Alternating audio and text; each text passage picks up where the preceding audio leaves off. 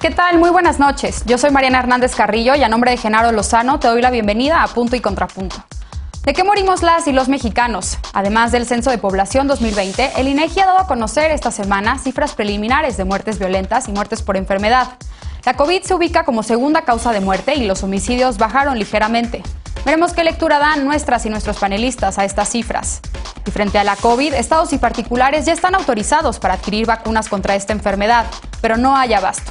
Apenas 30,000 personas en México han recibido las dosis necesarias para considerarse inmunizados, mientras que las farmacéuticas dicen que tendrán suficiente abasto hasta el 2022.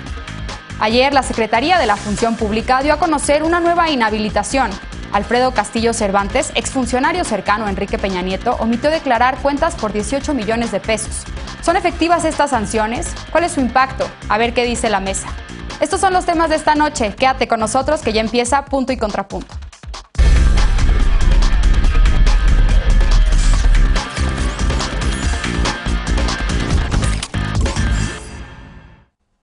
Esta mañana, el INEGI presentó las cifras preliminares de las muertes registradas en México de enero a agosto de 2020. La COVID se convirtió en la segunda causa de muerte, después de las enfermedades cardíacas. Hasta agosto del año pasado se registraron 108,000 muertes, 45% más que las 75,000 reportadas por el gobierno federal en el mismo periodo. Según el Instituto Nacional de Estadística, la diferencia estriba en que lo reportado por la Secretaría de Salud corresponde a muertes en hospital. 58% de las muertes registradas por el INEGI no ocurrieron en hospitales. Ayer, el INEGI también dio a conocer las cifras preliminares de homicidios. De enero a junio de 2020 se registraron 17,123 homicidios en México, una ligera baja respecto a 2018 y 2019, cuando se registraron 17,770. Según estos registros, hubo 1,844 homicidios de mujeres, 10 más que en 2019. Sin embargo, en su nota metodológica, el INEGI apuntó que la información del certificado de defunción no brinda elementos para clasificar las defunciones como feminicidios. Información dada a conocer por la Comisión Nacional para Prevenir y Erradicar la Violencia contra las Mujeres esta mañana indica que en 2020 se abrieron 940 carpetas de investigación por feminicidio. Y para debatir esta noche nos acompaña como cada lunes y miércoles Lisa Sánchez, directora general de México Unido contra la Delincuencia. Buenas noches, querida Lisa, ¿cómo estás? Muy bien, Mariana, muy buenas noches a todas y a todo. Hoy nada más nos acompaña mi querido Eder. Bonito ombligo de semana. Así es, somos mayoría mujeres esta noche. También nos acompaña precisamente Eder Guevara, antropólogo y fundador de Morena. Buenas noches, Eder, bienvenido. Creo que estamos apenas estableciendo la conexión con Eder. Pero mientras damos la bienvenida también a Daniela Malpica, cofundadora de Justicia Transicional en México y amiga de este programa. Buenas noches, Daniela. Buenas noches a todas y todos y pues un gusto estar otra vez con ustedes. Bienvenida. Y también Jimena Güemes, ella es politóloga y simpatizante de la 4T. Buenas noches, Jimena, qué gusto tenerte por acá. Hola, buenas noches, Mariana. Buenas noches. Buenas noches, Jimena. Ahorita vamos a restablecer la comunicación contigo. Mientras tanto, comienzo contigo, Lisa. Estas cifras reveladas por el INEGI esta mañana, la COVID como la segunda causa de muerte en nuestro país y los homicidios que se registraron de enero a junio del año pasado superan los 17,000. ¿Por dónde te gustaría comenzar a analizar estas cifras? Evidentemente, como mi experticia está en el tema de seguridad, me gustaría concentrarme más en el tema de homicidios que en el de muertes por COVID, pero un comentario breve sobre lo primero, que es lo ridículo que resulta ya a estas alturas que estemos midiendo el total de defunciones con la información que se reporta en la mañanera, y esto, en la vespertina.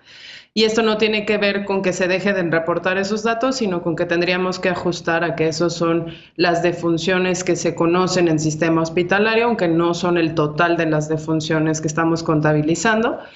Y el hecho de que evidentemente pues hubo una instrucción por lo menos confusa durante ese primer semestre de la pandemia o ese primer año de la pandemia, en donde le decíamos a la gente que si no tenía síntomas fuertes se quedara en casa, porque lo que estamos viendo es justamente que una gran proporción de las personas que desafortunadamente hemos perdido a esta enfermedad, pues murieron en casa con las complicaciones que eso conllevó para las familias, tanto en el aviso a la autoridad ministerial para poder levantar las actas de defunción, como en el traslado y la movilización de los cuerpos de los fallecidos, que no podían trasladarse ni a las funerarias ni a los crematorios antes de que hubiese una autoridad que certificara precisamente esa muerte.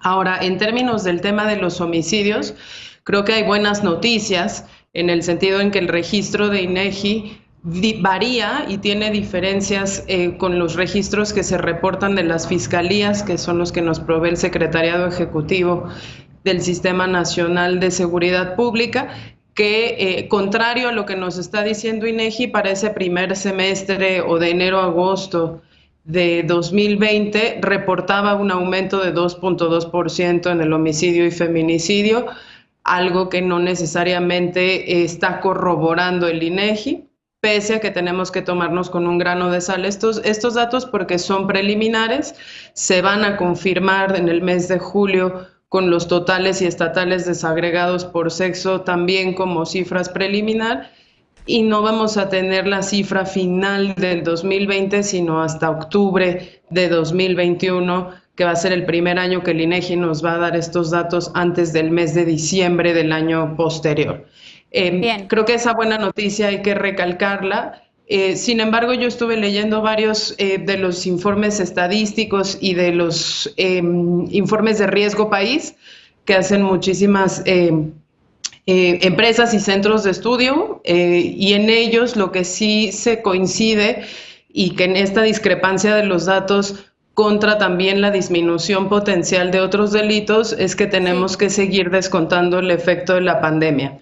Es decir, si bien hay que dar la bienvenida a esta reducción en el número de víctimas, que sigue siendo, digamos, estrepitosamente alta y nos sigue manteniendo en un promedio diario de 97 homicidios, pues sí vamos a tener que ver realmente cuál es el efecto de la pandemia sobre la actividad delictiva neta y cuáles son realmente pues las cosas positivas que pueden estar sucediendo en la estrategia que habrá que mantener o seguir focalizando. Entonces, cerraría un poco por ahí, nada más diciendo esas discrepancias todavía nos hacen traer a la mesa la agenda de la profesionalización de los operadores del sistema de justicia, que son precisamente los encargados de contabilizar tanto el número de víctimas fatales como de carpetas de investigación abiertas por cada uno de los delitos, y por supuesto la discusión sobre la tipificación del homicidio y cómo podríamos fortalecer los registros de defunciones para poder tener menos discrepancias entre lo que las fiscalías dan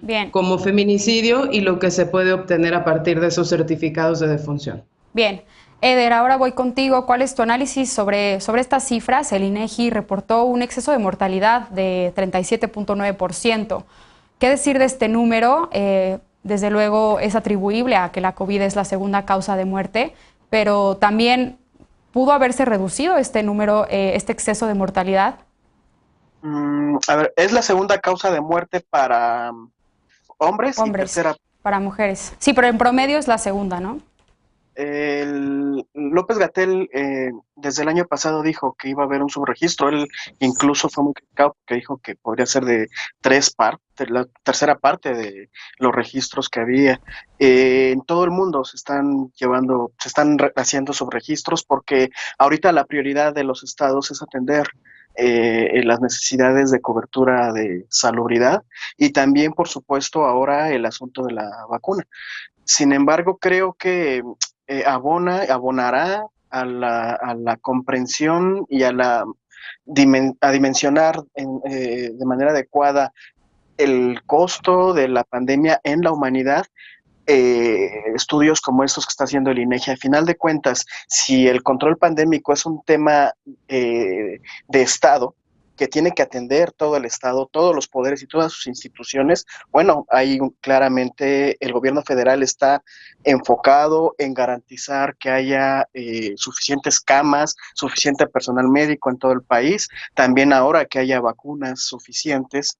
Los gobiernos estatales habrá que ver quiénes lo están haciendo, hacer una atención más personalizada de la pandemia y instituciones como el INEGI, pues esta es su labor y la está haciendo muy bien, el poder registrar cuáles son los subregistros, algo que todavía no podemos saber con certeza, es en qué condiciones se dan estas muertes. No creo que hayan sido, o al menos no la mayoría de las personas que han muerto, que no se registraron en el sistema por el tema del coronavirus, no creo que haya sido porque tengan síntomas leves o porque hayan sido asintomáticos. Algo tuvo que haber pasado y hay que saber qué es lo que está sucediendo que provoca estos subregistros. Bien. Hay datos que me parecen muy interesantes.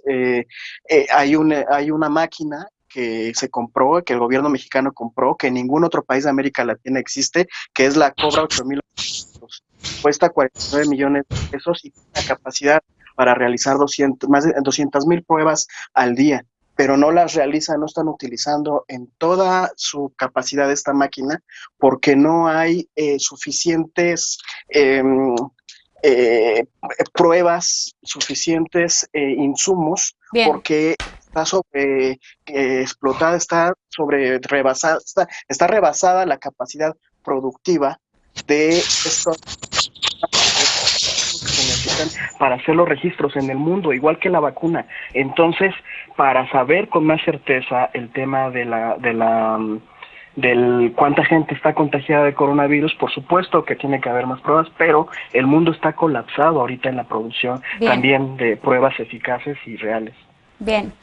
Daniela, ¿tú qué más destacas de estas cifras? ¿Por dónde te gustaría analizarlas? Bueno, creo que ya comenzó Lisa hablando un poquito pues, ahora sí que la desafortunada discrepancia que hay entre las cifras que vemos hoy entre el INEGI y lo que se reporta diariamente, ¿no? Lo cual nos pone en una cifra total mucho peor de lo que esperábamos, ¿no? Por otro lado, creo que sería importante mencionar que, de acuerdo al INEGI, el 58% de estas muertes que están reportando hoy en día mueren fuera de los hospitales, ¿no? Esta es una de las razones que podrían explicar esta diferencia entre los registros que nos presentan diario y los registros que vemos por parte del INEGI. A mí, y creo que me gustaría igual detenerme un poquito aquí, es donde centraría esta preocupación, ¿no? ¿Cuáles han sido las políticas por parte del gobierno de incentivar a la población que ante cualquier agravamiento de la enfermedad realmente acudan a los hospitales, ¿no? Recordando que al principio era quédense en casa y no vengan a los hospitales hasta que tengas ciertos síntomas que ya estaban muy cercanos a una posición en la que desafortunadamente es mucho más complicado lograr salvar a las personas que recurren a los hospitales por la COVID, ¿no? Creo que este es un punto a considerar y un punto que debiera considerar el gobierno en este análisis igual y redireccionamiento de la estrategia para los próximos meses, ¿no? Porque definitivamente estamos lejos de poder decir que ya sorteamos esta pandemia y los contagios siguen en una constante bastante preocupante.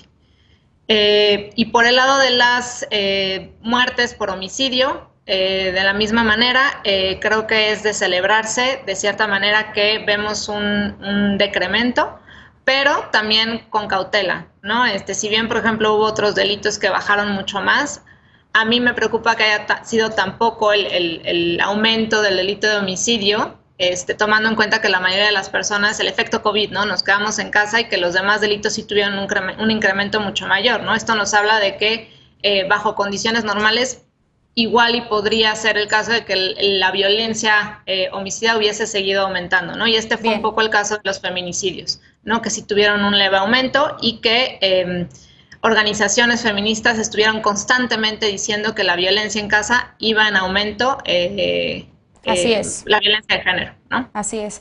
Jimena, finalmente, ¿cuál es tu análisis sobre estas cifras? Y respondiendo un poco a lo que plantea Daniela sobre este número de muertes tan lamentables por COVID, si es necesario ya hacer un cambio en la estrategia del gobierno. Mariana, creo que en cuanto al COVID estamos viviendo una pandemia mundial, no solo en México, sino que en el mundo está dejando millones de muertes y creo que lo importante son qué acciones estamos tomando, ¿no? Y por un lado están las acciones que en lo individual, como seres humanos, estamos tomando y creo que todos en un principio subestimamos como el poder de la pandemia y subestimamos a la enfermedad, no la pusimos en su justa dimensión. Vemos en notas que en las alcaldías están cerrando fiestas, durante el mes de diciembre esto se pronunció de una manera exponencial, pero hoy, después de casi un año, sabemos que la única manera de cuidarnos y de cuidar a los otros es cuidándonos a nosotros mismos y siguiendo las medidas básicas de prevención. Parece una trivialidad, pero usar el cubrebocas y lavarse las manos hoy puede salvar vidas. También seamos conscientes de que el personal de salud sigue dando la batalla, que está muy cansado y que lo menos que podemos hacer en gratitud a todo el trabajo que han realizado es cuidarnos. Por otro lado, si vemos las acciones de gobierno, me parece que se van a empezar a traducir en una disminución de las muertes por COVID.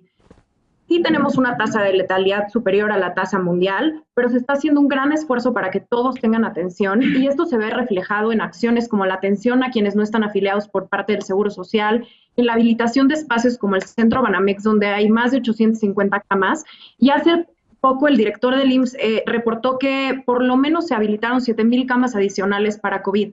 Probablemente la llegada de la vacuna va a cambiar este panorama y esperemos que hacia finales de 2021 empecemos a ver una reversión en las tendencias de contagio y muertes por COVID. Me parece interesante esto que decía Daniela sobre el punto en el que decides o no ir al hospital, ¿no? Creo que también como población estamos mucho más conscientes de qué significa el COVID y que tenemos que recibir atención a tiempo. Coincido con Lisa en que en el efecto de la pandemia puede estar relacionado en la disminución de las cifras de los homicidios, pero también creo que habían dicho que iba a aumentar mucho la violencia y que esto se iba a reflejar mucho en las cifras, y creo que es de celebrarse que veamos una reducción respecto al 2019, ¿no? Me parece que en el torbellino en que estamos viviendo estas son buenas noticias y que la estrategia de paz y seguridad empieza a traducirse en resultados tangibles. Aunque nos queda mucho camino por recorrer, creo que lo más importante es que la concepción del combate a la delincuencia y a la violencia que en gobiernos pasados vimos que era una guerra frontal, pues poco a poco empieza a cambiar, ¿no? Nos dejaron un país que dejó a más de 200,000 muertos, a más de 60,000 desaparecidos, que no fue a la causa, su estrategia no iba a combatir las causas de la violencia. Y me parece que esos cambios profundos se van a empezar a reflejar y creo que esto es una buena noticia, ¿no? Lo que está reportando el INEGI en la disminución de las cifras es una buena noticia y creo que es tiempo como de ver que estamos dejando la concepción de la estrategia de la guerra hacia una estrategia en donde se combate de manera distinta. Lamentablemente se terminó el tiempo de este bloque. Vi la mano levantada de Eder, pero si quieres regresamos contigo, Eder, porque tenemos que hacer una pausa y vamos con un tema relacionado. Los estados y empresas privadas ya pueden comprar vacunas, pero las farmacéuticas advierten que no habrá disponibilidad hasta fines de 2021 o hasta 2022. ¿Cuál es el panorama para la vacunación en México? ¿Qué sigue en este proceso? Regresamos con este tema, punto y contrapunto, no te vayas.